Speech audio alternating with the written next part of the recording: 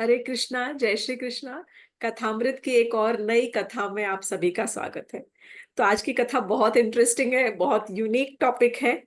कृष्ण और Shurpanakha, very very different and शायद कुछ अटपटा लगे कि शूर्पणखा तो रामचंद्र जी के समय पर थी, रावण की बहन थी, और उसका कृष्ण के साथ क्या ताल्लुक।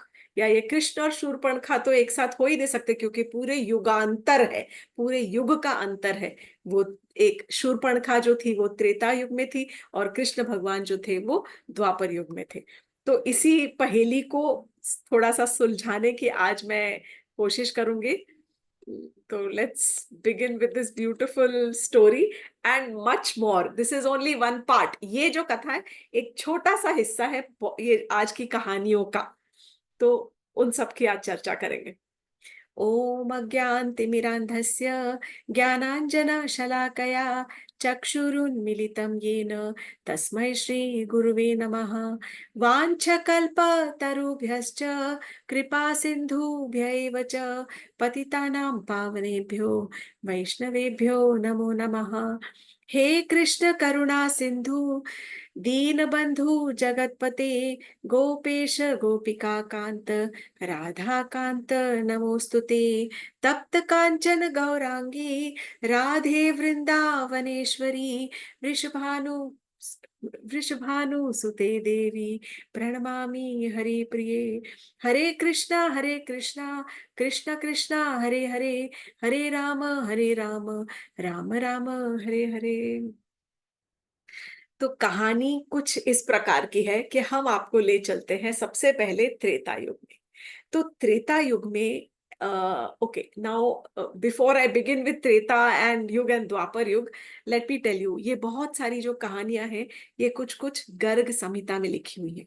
अब गर्ग संहिता वो कथा है का स्क्रिप्चर्स है, शास्त्र है, जो कि गर्ग मुनि ने लिखे थे। गर्गाचार्य यदुवंशियों के राजगुरु थे। कृष्ण भगवान जी का, बलराम जी का जो नाम है वो गर्गाचार्य ने ही उनका नामकरण किया था। तो वो गर्गाचार्य उनके पूरे जो यदुवंश के राजगुरु कहलाते थे। और ये पूरी की पूरी जो गर्ग संहिता है ये गर्गाचार्य जी के द्वारा ही लिखित है, उन्होंने ही लिखी है, ये पूरा शास्त्र लिखा है।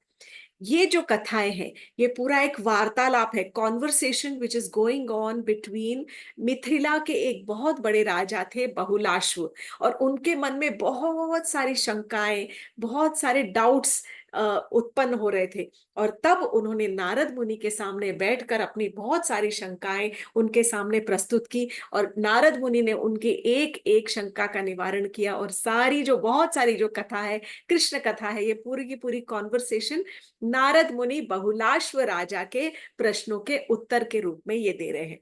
तो ये कथा भी ऐसे ही कुछ आती है। पहले मैं आपको शूर्पणखा की जो रिलेटेड कथा है वो सुनाऊंगी, और उसके बाद और भी कुछ छोटी छोटी बहुत इंटरेस्टिंग कहानियां हैं जो रामायण को और कृष्ण भगवान जी की लीलाओं को जोड़ती है। तो हम अब जाएंगे सीधा कहां पर, त्रेता युग में। अब त्रेता युग की बात ऐसे है कि रामचंद्र जी, लक्ष्मण जी, सीता जी वनवास में हैं। 10 साल उनके वनवास को पूरे हो चुके हैं, और 10 वर्ष दंडकारण्य में भटकते हुए बिताकर अब वो सीधा पंचवटी पहुंचे हैं, और पंचवटी में बहुत सुंदर कुटिया में उनका निवास हो रहा है। यहाँ पर जब वो बैठे हैं कुटिया में, तब एक बार की बात है कि एक बहुत भयानक राक्षसी वहां पर पहुंच गई। कहानी आप सब जानते हैं, फिर भी थोड़ा सा एक्सप्लेन कर रही हूँ क्योंकि मजा आता है सुनने में और सुनाने में। हरी कथा भगवान की कथा है ही ऐसी, कितनी भी बार सुन लो मन नहीं भरता। तो वो भयानक दिखने वाली जो जो राक्षसी थी, वो वहां से घूमते हुए पंचवटी से जब वो निकली, तब उसने देखा, अरे इतना सुंदर मानव। रामचंद्र जी के ऊपर उसकी निगाह गई। रामचंद्र जी, लक्ष्मण जी और सीता जी वहीं पर थे। देखकर उसका मन रामचंद्र जी की सुंदरता को देखकर एकदम मोहित हो गया। मन एकदम वो ऐसा था कि जैसे कामदेव के बाण उसके हृदय को चीर गए हो, और उसके मन में ऐसे आया कि मुझे तो बस इस मानव से विवाह करना ही है। तुरंत वो वहां पर पहुंची। ये जो राक्षसी थी ये शूर्पणखा थी, दशानन रावण की बहन। वो प्यार, वो प्रेम पाश में ऐसी पागल हो गई, इतनी मोहित हो गई कि सीधा रामचंद्र जी के पास पहुंची, और वो वहां पर पहुंचकर और सीधा उनसे बात करने लग गई और कहने लगी कि आप जो हो यहाँ पर कौन हो, यहाँ पर आप अपना परिचय दीजिए, आप यहाँ पर क्यों इस प्रकार इस घने जंगल में, डरावने जंगल के अंदर आप यहाँ पर क्या कर रहे हैं और क्यों यहाँ पर भटक रहे हैं। तब रामचंद्र जी ने उसी वक्त शूर्पणखा को अपना परिचय दिया कि मैं जो हूं, मैं अयोध्या का जो राजा है, महाराज दशरथ का ज्येष्ठ पुत्र राम हूं, और अपने पिता की ही आज्ञा के स्वरूप मैं वनवास में यहाँ पर 14 वर्ष का वनवास करने आया हूं, क्योंकि उन्होंने मेरी माता कैकेयी को वचन दिया था। उनके कुछ जो उनको वरदान दिए थे, वो बूंस की पूर्ति करने के लिए, वरदान की पूर्ति करने के लिए वो वचन उन्होंने लिया, और इस प्रकार मुझे यहाँ पर जंगल में 14 वर्ष बिताने पड़ रहे हैं। मेरे 10 वर्ष तो पूरे हो चुके हैं। अब आप बताइए देवी सुंदरी, आप कौन है, आप अपना परिचय दीजिए। तब शूर्पणखा बहुत ज्यादा, जब किसी किसी भी स्त्री को सुंदर कहो तो उसका तो मन ऐसे एकदम 7वें आसमान पर पहुंच जाता है, तो वो थोड़ी इतराने लगी और तब बोली कि मेरा नाम शूर्पणखा है, और मैं दशानन, रावण, कुंभकर्ण, विभीषण उनकी बहन हूँ। मेरे 2 भाई और हैं, खर और दूषण, जो यही आसपास के जंगल में यहाँ पर राज करते हैं और यही रहते हैं। जनस्थली है, ऐसे कुछ जंगल है, यहाँ पर वो राज करते हैं। मैं यहीं पर रहती हूँ, और मेरा काम ये है कि यहाँ पर, इस जगह पर जो भी लोग यहाँ पर वन में आते हैं, उनको मैं डरा कर और दबा, मतलब डरा धमके कि यहाँ से भगा देती हूँ। मेरा यही काम है यहाँ पर आपका मोह, आपका जो इतना सुंदर स्वरूप है, देखकर मैं इतनी मोहित हो गई हूँ कि मैं आपसे विवाह करना चाहती हूँ, मैं आपको पति रूप में पाना चाहती हूँ। रामचंद्र जी थोड़े से हंसने लग गए, बोले मैं जो, और तब बोले, तब वो शूर्पणखा कहने लगी कि आपकी ये जो बदसूरत पत्नी है, इसको आप छोड़ दीजिए। सबसे पहले मैं इसको खा जाऊंगी, और मैं आपके भाई को भी खा जाऊंगी, उसके बाद मैं आपको अपना पति बना लूंगी, और एक बार आप मेरे पति बन गए तो हम दोनों इस सुंदर जंगल के अंदर सब जगह भ्रमण करेंगे और ऐश से अपनी अपनी अपना जीवन यापन करेंगे। कृष्ण, जो रामचंद्र जी, उनको थोड़ी सी हंसी आ गई, और हंसकर उन्होंने कहा, हे सुंदरी, आप बहुत सुंदर हो, आपके लिए तो बहुत बड़े बड़े शूरवीर, कई लोग, कोई भी ऐसा नहीं होगा जो आपको अपनी पत्नी स्वरूप नहीं चाहता होगा। देखिए, यहाँ पर जैसे ही रामचंद्र जी ने शूर्पणखा की थोड़ी सी बड़ाई कर दी, और ये भी कहा साथ में कि आप तो इतनी सुंदर हो कि मैं जानता हूं कि आपको ये शोभा नहीं देगा कि आप किसी की दूसरी पत्नी बनकर रहो, क्योंकि मेरी तो ऑलरेडी एक पत्नी है यहाँ पर। तो आपको तो ऐसे बहुत सारे महान योद्धा मिल जाएंगे, शूरवीर और बहुत आकर्षक पुरुष, जिनके साथ आप पहली पत्नी होकर, श्रेष्ठ, ज्येष्ठ और सबसे प्रथम पत्नी होकर आप रहो। तो जब ऐसे बड़ाई की तो वो थोड़ी और फूल कर समा गई, और वो थोड़ी और इतरा गई। कैसे किसी को एकदम जैसे चने के झाड़ पे चढ़ा देते हैं ना, ये बहुत सरल तरीके से रामचंद्र जी ने उसको चढ़ा दिया, और कहा कि देवी सुंदरी, आपके लिए तो सबसे ज्यादा उपयुक्त मेरा भाई है लक्ष्मण, क्योंकि उसकी पत्नी यहाँ पर उसके साथ नहीं है, वो यहाँ पर अकेला है, मेरी तो यहाँ पर पत्नी है, और आपको मैं ये बता दूं कि वो मुझसे ज्यादा शूरवीर है। He is a better and bigger hero than I am, तो वो आपके लिए उपयुक्त है, आप उसी के साथ विवाह करो। ये कहकर रामचंद्र जी ने उसको लक्ष्मण जी के पास भेज दिया।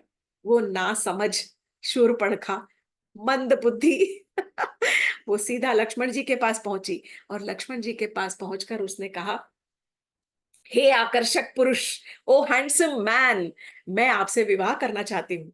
तो आप तो अपने भाई से भी ज्यादा शक्तिशाली नजर आते हो, और मुझे ऐसा लगता है कि आप ही मेरे लिए उपयुक्त पति स्वरूप हो। आप मुझे अपने पत्नी रूप में आप प्राप्त कर लीजिए, बना लो, पत्नी रूप में मुझे स्वीकार करो, और हम दोनों मिलकर इस जंगल में ऐश करेंगे और यहाँ वहां भ्रमण करेंगे। लक्ष्मण जी मुस्कुराए और बोले कि अरे सुंदरी, मैं तो अपने बड़े भाई का सेवक हूं, उनका दास हूं, तो यदि तुमने मुझसे विवाह किया तो तुम भी दासी ही तो बनकर रह जाओगी, क्योंकि यदि मैं अपने बड़े भाई का दास हूं और सेवक हूं तो तुम भी तो दास की पत्नी दासी ही कहलाओगी। कितना भी कुछ कर लो, दासी से तुम्हारा ऊपर ओहदा बढ़ने ही नहीं वाला। तो मैं तो यही सलाह करूंगा कि तुम जाकर मेरे जो ज्येष्ठ भ्राता है राम, उनके साथ ही विवाह करो। तो और कुछ दिनों बाद, कुछ वर्षों में उनकी जो पत्नी है सीता जी, वो सीता जी तो थोड़ी बूढ़ी हो जाएंगी, फिर उनका भी रूप थोड़ा सा अजब सा हो जाएगा। तब आप ही हमेशा सुंदर दिखोगी और वो अपनी उस बूढ़ी पत्नी को छोड़कर और आपको ही स्वीकार कर लेंगे। आप तो इतनी सुंदर हैं, आपसे कौन मुख मोड़ सकता है। थोड़ा और चढ़ा दिया। अब थोड़ी सी उत्तेजित हो रही थी, शी वॉज गेटिंग विचलित ऑल्सो, मतलब डिस्टर्ब हो रही थी। अब वो विचलित स्वरूप में उसने क्या किया, जो शूर्पणखा थी सीधा रामचंद्र जी के पास पहुंची। रामचंद्र जी के पास जब पहुंची और फिर से उसको समझ नहीं आ रहा था कि ये दोनों भाई मेरे साथ खेल खेल रहे हैं, तो रामचंद्र जी के पास पहुंची और कहने लगी कि मैं देख रही हूं राम कि तुम अपनी पत्नी सीता के साथ बहुत तुम्हारा लगाव है, तुम बहुत ज्यादा आसक्ति करते हो। मैं अभी के जाकर सबसे पहले तुम्हारी पत्नी को खा जाऊंगी और खाने के बाद तुम्हारे भाई को भी खा जाऊंगी, तब मेरा रास्ता साफ है और तब मैं जबरदस्ती तुम्हें अपना पति बना लूंगी। उसके बाद देखती हूँ कौन मुझे ये कार्य करने से रोकता है। रामचंद्र जी तुरंत एकदम थोड़े तैयार हो गए और उन्होंने तुरंत उसको रोका। रोका और रोकते के साथ ही इशारों में लक्ष्मण जी से बात कही कि लक्ष्मण, तुम्हें इस तरह से उसको अपने पास से दूर नहीं हटाना चाहिए था, क्योंकि तुम्हारी इस करतूत की वजह से अब वो सीता जी की जो जान है वो खतरे में है, वो सीता जी को खाने के लिए दौड़ रही है। ये पूरी कहानी वाल्मीकि रामायण में लिखी हुई है इसी प्रकार। तो जैसे ही इशारा मिला और रामचंद्र जी ने इशारा दिया कि तुम इसके रूप को नष्ट कर दो, इसके सौंदर्य को नष्ट कर दो, तब तुरंत लक्ष्मण जी ने अपनी तलवार निकाली और शूर्पणखा के नाक और कान काट दिए।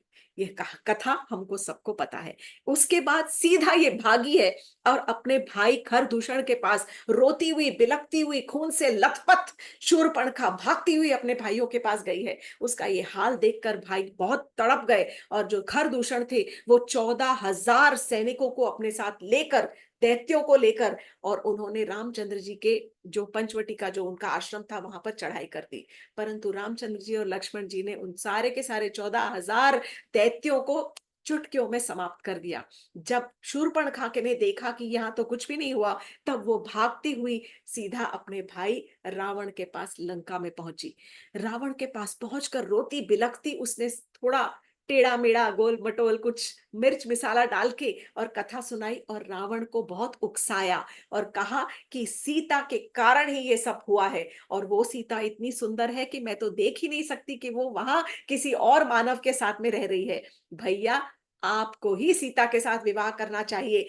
आप उस सीता को जबरन किडनैप कर लो, उसका अपहरण कर कर आप ले आइए। इस प्रकार उसने रावण को उकसाया।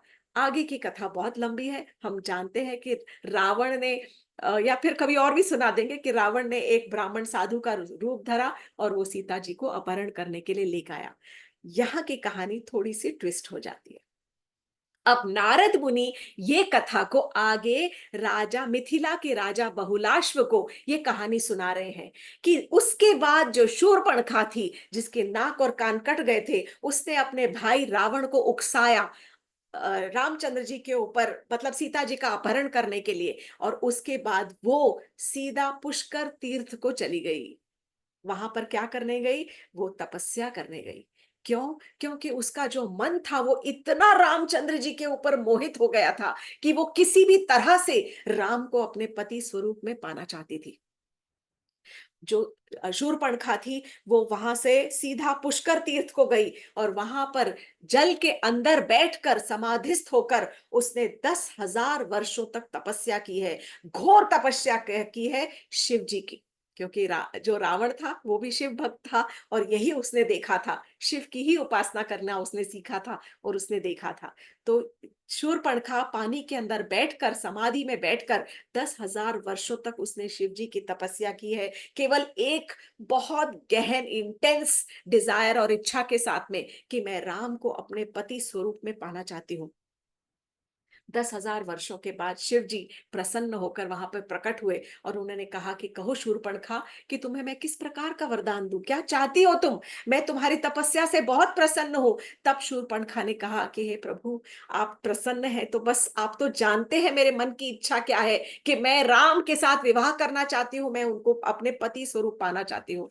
तब शिव जी ने कहा, तब शूर्पणखा कहने लगी कि आप तो देवों के देव है, देवाधिदेव है, महादेव है, आपके हाथ में सब कुछ संभव है, आप जो चाहे वो वरदान देना चाहते हैं दे सकते हैं, सारी आपके अंदर शक्तियां हैं, परंतु मुझे केवल यही वरदान चाहिए कि राम के साथ मेरा विवाह हो, या फिर राम को मैं पति स्वरूप पाना चाहती हूँ। शिव जी ने कहा कि हे देवी, ये जो तुमने वरदान मांगा है, आज के समय में तो ये वरदान मेरे लिए देना बहुत कठिन है। देखिए, 10,000 वर्ष ही बीते थे, रामचंद्र जी ने 60,000 वर्षों तक अयोध्या पे राज किया था, तो दिस वॉज नॉट पॉसिबल, क्योंकि उन्होंने एक पत्नी व्रत लिया हुआ था। तब उन्होंने कहा कि इस समय में मैं ये वरदान तुमको नहीं दे सकता हूं, परंतु जब द्वापर युग आएगा तब तुम्हारे ये मन की इच्छा पूरी हो जाएगी। और ये कहकर, और तब यही राम जो है वो तुम्हें मोक्ष प्रदान करेंगे, ये कहकर शिव जी ने उसको वरदान दिया। अब ये जो शूर्पणखा थी, द्वापर युग में कुब्जा बनकर पैदा हुई थी, तो वो एक्चुअली उसका नाम था त्रिटा, और सॉरी, उसका नाम त्रिटा नहीं, उसका नाम था त्रिवक्र, उसका नाम था त्रिवक्र, पर उसका कोब निकला हुआ था ऐसे, शी वाज हंचबैक्ड, तो वो कुब्जा थी। जब कृष्ण भगवान जी जब मथुरा पहुंचे और मथुरा में उनकी उन्होंने लीलाएं की है, ये पूरी कहानी मैं सुना चुकी हूँ शायद 162 कथामृत में, मैं लिंक शेयर कर दूंगी, शॉर्ट में अभी थोड़ा सा एक बार और बता देती हूँ। जब कृष्ण भगवान जी मथुरा पहुंचे अपनी लीलाओं का, मथुरा लीलाओं की शुरुआत करने के लिए, तो वहां पर सबसे पहले उन्होंने वो धोबी का वध किया, उसके बाद माली का उद्धार किया, सुदामा जो माली था उसका उद्धार किया, जो एक बुनकर था, कारीगर जो कपड़े सिलता था, दर्जी, उसका उद्धार किया। उसके बाद जब कुब्जा उनको मिली थी, जो बहुत सारे सुगंधित लेप लेकर जा रही थी, तरह तरह के उपटन लेकर जा रही थी कंस के लिए, और जब कृष्ण को उसने देखा तो उसका मन कृष्ण के ऊपर मोहित हो गया था, और फिर से मन में वही लालसा जागी थी, और तब कृष्ण ने उसको उसको आशीर्वाद देकर, उसका हाथ ऐसे, सर थोड़ी ऊपर की थी, और थोड़ी ऊपर करते के साथ ही पैर से अपना, मैंने बत एक्सप्लेन भी किया था कि पैर से उसने उसके पैर के अंगूठों को दबाया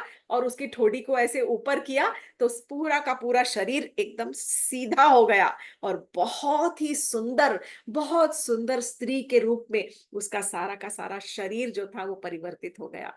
तब कुब्जा ने उस वक्त, जो कि शूर्पणखा थी पिछले जन्म में, कुब्जा ने शर्माते हुए कृष्ण से कहा था कि आप मेरे घर पधारिए। उस समय कृष्ण भगवान जी उसके घर पर भी पहुंचे थे, और तब इसी प्रकार उन्होंने कुब्जा को का उद्धार किया और उसको मोक्ष प्रदान किया। तो ये कुब्जा और कोई नहीं बल्कि शूर्पणखा ही थी, और भले ही वो राक्षसी थी, उसने बहुत गलत काम किए उस समय, वो दैट वाज ऑल भगवान जी की लीला, क्योंकि सीता जी का अपहरण नहीं होता, वो पूरी की पूरी रामायण सीता जी के ऊपर ही डिपेंडेंट है, the entire flow is all based on Sita ji only. तो ये जो शूर्पणखा थी, ये कुब्जा थी। इस प्रकार के और बहुत सारे प्रश्न जो थे, वो बहुलाश्व ने जो है नारद मुनि से पूछे। अब वो मैं और आपको 2-3 कहानियां और इसके साथ सुनाने जा रही हूँ। तो राजा बहुलाश्व ने नारद मुनि से पूछा कि हे मुनिवर, मुझे ये भी बताइए कि वो जो धोबी था, वो धोबी कौन था, और ऐसा क्या उसने कार्य किया था कि उसका भगवान के हाथों उसकी मृत्यु निर्धारित थी, और उसका मोक्ष, लिबरेशन उनके हाथों में लिखा था। तब नारद मुनि कहते हैं कि हे महाराज, आप ये सुनिए कि रामचंद्र जी के राज्य में, जब रामचंद्र जी राजा राम बन गए थे और उनका राज्य बहुत सुकून से चल रहा था, तब उनकी एक आदत थी कि वो अपने सैनिकों को छद्म वेश में, अलग अलग वेशभूषा में अपने राज्य के अंदर भेजते थे, छोड़ते थे, और पता लगाते थे कि मेरी प्रजा जो है वो सुखी है कि नहीं है, किसी को भी किसी प्रकार की तकलीफ है कि नहीं है, वो राजा की से क्या अपेक्षा रखते हैं, और उनकी क्या अपेक्षाएं पूरी होती है या नहीं होती है। और ऐसे ही एक समय में वो एक जो उनका सैनिक था, उसने एक वार्तालाप सुना जो एक धोबी अपनी पत्नी से कर रहा था। वो धोबी की पत्नी काफी देर रात तक घर के बाहर थी, किसी और के घर पे गई हुई थी, और जब वो काफी देर बाद लौटी है तब धोबी ने उसको ताड़ते हुए और बहुत जोर से, मतलब लाइक चेस्टाइजिंग, उसको गुस्सा करते हुए, उसको उलाहना देते हुए वो धोबी ने कहा था कि मैं तुम्हें अपने घर में वापस नहीं लूंगा, क्योंकि मैं राम नहीं हूं। तुम पापिन हो, तुम पापी हो, तुम अपने घर को छोड़कर और पराये घर में जाकर तुमने रात बिताई है, और अब इतनी देर से तुम मेरे घर पे आ रही हो। तो मैं इतना साधु नहीं हूं, राम जैसा नहीं हूं कि जिसकी पत्नी 1 वर्ष तक पर पुरुष के घर पे रही और उन्होंने ऐसे ही उसको अपने घर पर रख लिया, दोबारा अपने ले लिया। वो होगा अपने महलों में राजा राम, मैं कोई राम नहीं हूं। इस प्रकार जब वो अपनी पत्नी को उल्हाना दे रहा था, तब मैं तुम्हें क्षमा नहीं कर सकता, ये उसने कहा। तब वो सैनिक ने सुन लिया, और यही कथा रामचंद्र जी के जब कानों में पड़ी, तब उन्होंने अपनी पत्नी सीता जी को वनवास भेज दिया था। अब बात ये होती है कि रामचंद्र जी उस समय धोबी को भी दंड दे सकते थे, परंतु वो उस समय मर्यादा पुरुषोत्तम के रूप में वहां पर राज्य कर रहे थे। तो that was not right for him to do. उसलिए इसीलिए हम जो गलत काम इस जन्म में करते हैं, उसका जरूरी नहीं कि हमें दंड उसी समय मिले। हमें कभी भी, कोई भी समय आगे जाकर कभी दंड मिल सकता है, और हम ये सोच भी नहीं सकते कि किस वजह से हमें ये बुरा समय देखना पड़ रहा है, या किस वजह से हमारे साथ ये गलत चीजें घटित हो रही हैं। यही जो धोबी है, नारद मुनि कहते हैं कि हे महाराज, ये जो धोबी है, ये द्वापर युग में फिर से धोबी बनकर पैदा हुआ।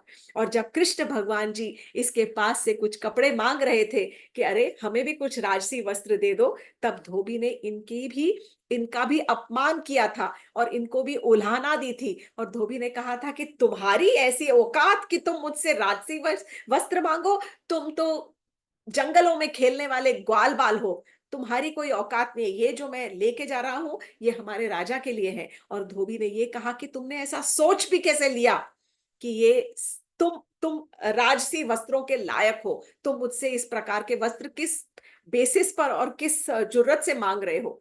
जब इतना बड़ा कह दिया, तब कृष्ण भगवान जी ने केवल उसके माथे पे कुछ ऐसे उंगलियां रखी और ऐसे धक्का दिया, तो उसका जो धड़ था, सर था, वो धड़ से अलग हो गया। इस प्रकार वो धोबी का उन्होंने उद्धार किया।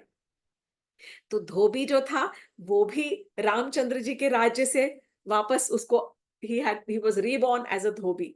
Now there are two more very beautiful stories।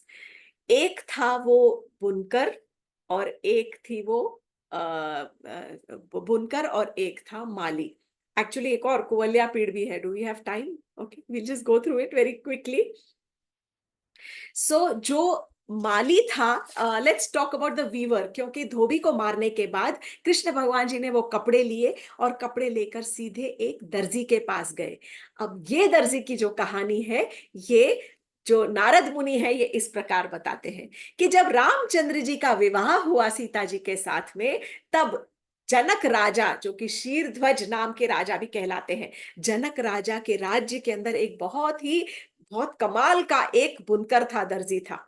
और उसका नाम नहीं दिया गया है, sorry, his name is not mention. तो वो एक्सपर्ट बुनकर था, और तब उसके दिए हुए कपड़े, उसके उसके पास ऑर्डर प्लेस किया गया, और उसने जो कपड़े सिले, वो रामचंद्र जी और लक्ष्मण जी ने वही कपड़े जो थे, वो अपने विवाह के दिन पर पहने थे, जो कि जनक महाराज ने उनको गिफ्ट किए थे। जब वो कपड़े पहनकर जब स्वयंवर हो रहा था, उनकी बारात जा रही थी या स्वयंवर हो रहा था, तब उस समय वो जो बुनकर ने जब देखा राम और लक्ष्मण को, तो उसका मन बहुत गदगद हो गया, बहुत खुशी से, आनंद से भर गया। और तब उस समय उसके हृदय में एक और तीव्र इच्छा जागी कि अरे काश मुझे एक और मौका मिले कि मैं अपने हाथों से कुछ वस्त्र बनाकर और अपने प्रभु को भेंट करूं, और मैं, मेरा मतलब, मैं, ऐसा सौभाग्य मुझे मिले कि ये मेरे घर पर पधारे। तो भगवान ने उसकी इच्छा को जान लिया, और द्वापर युग में उसको फिर से एक बहुत एक्सपर्ट बुनकर ही बनाकर भेजा, और उसके बनाए हुए वस्त्र भी लिए, उसको बहुत ऐश्वर्य भी प्रदान किया, और सबसे ऊपर उसको सारूप्य मुक्ति प्रदान की।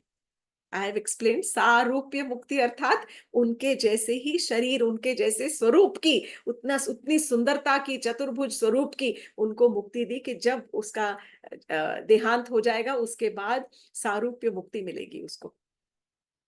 अब था माली, जो जब ये जो माली था इसकी कथा थोड़ी सी अलग है। He is not related to Ramchandra ji at all. तो धन के जो देवता है वो है कुबेर, और धन के देवता कुबेर का एक बहुत सुंदर सा उपवन है, बगीचा है, जिसका नाम है चैत्र रथ उपवन। बहुत सुंदर सुंदर तरह के वहां पर फूल खिलते हैं, और उस उपवन का जो माली है उसका नाम है हेम माली। तो ये जो हेम माली है, ये शांत, एकदम दानी और भगवान विष्णु का बहुत बड़ा भक्त है। इसके मन में बहुत तीव्र इच्छा थी कि मैं भगवान विष्णु को एक बार देखूं, और एक बार विष्णु भगवान मेरे सामने, मेरे घर पर आए और मुझे कृतार्थ करे। पर इसने क्या रास्ता चुना? इसने शिव जी की आराधना शुरू कर दी, और शिव जी की खूब घोर तपस्या की है। 5,000 वर्षों तक रोज वो शिव जी की तपस्या करता रहा, और किस प्रकार रोज अपने बगीचे से अपने ही उगाए हुए 300 कमल के पुष्पों को वो तोड़कर और रोज शिव जी को अर्पण अर्पण करता था फॉर 5,000 ईयर्स। 5,000 साल तक अर्पण करने के बाद शिव जी प्रसन्न हुए, और शिव जी से तब इसने वरदान मांगा कि हे प्रभु, आप मुझे वरदान देने के लिए आए हैं, तो मुझे ऐसा वरदान दीजिए कि मैं इन्हीं आंखों से मैं अपने भगवान विष्णु का स्वरूप देखना चाहता हूँ। मैं अपने नयनों को मन भर कर आंख खोल के बहुत सुंदर से उनके दर्शन करना चाहता हूँ। मुझे ऐसा वरदान दीजिए कि मैं अपने प्रभु को अपने घर में उनका स्वागत करूं और वो मेरे घर पर पधारे। हाथ जोड़कर उसने विनम्र प्रार्थना की शिव जी के परिक्रमा की। तब शिव जी ने प्रसन्न होकर कहा, तथास्तु, द्वापर युग में तुम्हारी पूरी जो ये इच्छा है उसकी पूर्ति होगी। और ये जो हेम माली था, ये सुदामा माली बनकर और मथुरा में पैदा हुआ। और जब कृष्ण भगवान जी मथुरा आए और वहां पर सड़कों में भ्रमण कर रहे थे, तब सुदामा के घर गए, और घर पहुंचकर उसने उन्होंने ना ही सुदामा के सारे वंश को तार दिया, और बल्कि उसको उसके बनाए हुए बहुत सुंदर पुष्पों का भी उन्होंने हार ग्रहण किया और उसको भी मोक्ष प्रदान किया। ये थी कहानी सुदामा की। अब one more very important story of Kuvalayapida, वो जो मद मस्त हाथी कुवल्या पीड़, जिसका उद्धार कृष्ण भगवान जी ने किया। तो बहुलाश्व राजा नारद मुनि से पूछते हैं कि नारद मुनि, हे मुनिवर, मुझे बताइए कि ये कुवल्या पीड़ हाथी ने ऐसा क्या किया था जो कि इसको भगवान के हाथों से इसको ऐसा मोक्ष प्रदान हुआ, जबकि ये तो लड़ रहा था, युद्ध कर रहा था भगवान के साथ में। तब ऐसा क्या था खास? तब नारद मुनि ने कहा, उससे ये कहानी सुनाई कि जो दैत्यों के राजा है, राजा बलि, उनका एक बहुत महाकाय पुत्र था जिसका नाम है मंदगति। दैत्यों के राजा बलि, जो कि प्रहलाद महाराज के वंशज हैं, और प्रहलाद महाराज के वंश भले दैत्य कुल में जन्म उन्होंने लिया है, परंतु वो भी बहुत बड़े भक्त थे।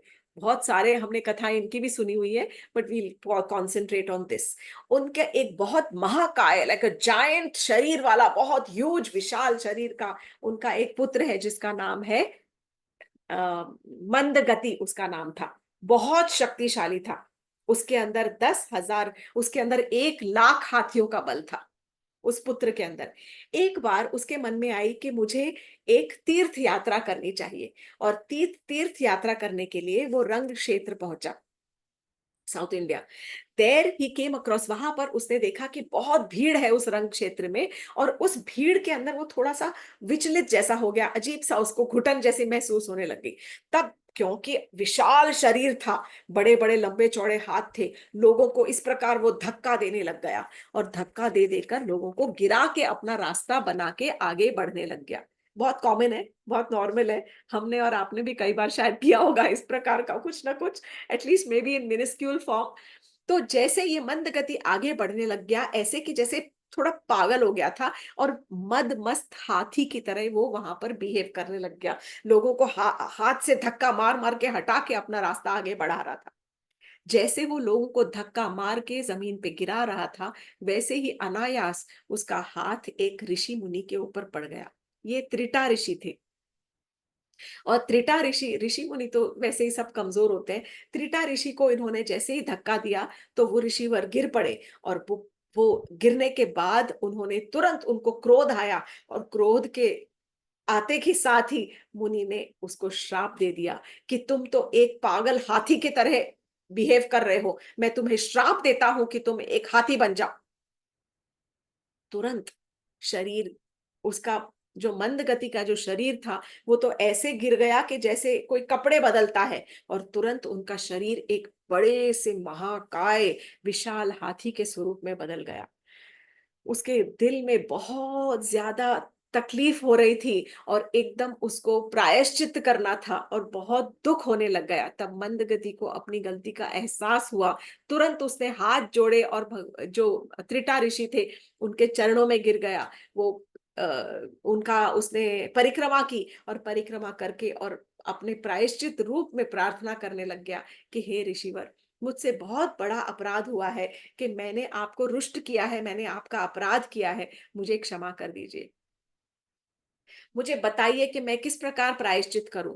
त्रिटा ऋषि ने जब उसका प्रायश्चित देखा कि ये सच में अपने मन से प्रायश्चित करना चाहता है, तब त्रिटा ऋषि ने कहा कि देखो, मैं समझ रहा हूं तुम्हारे दुख को, और मैं समझ रहा हूं कि तुम्हें अब तकलीफ हो रही है कि तुमने ये गलत काम किया है, इसका एहसास है। परंतु मैंने जो तुम्हें श्राप दिया है ये मैं वापस नहीं ले सकता।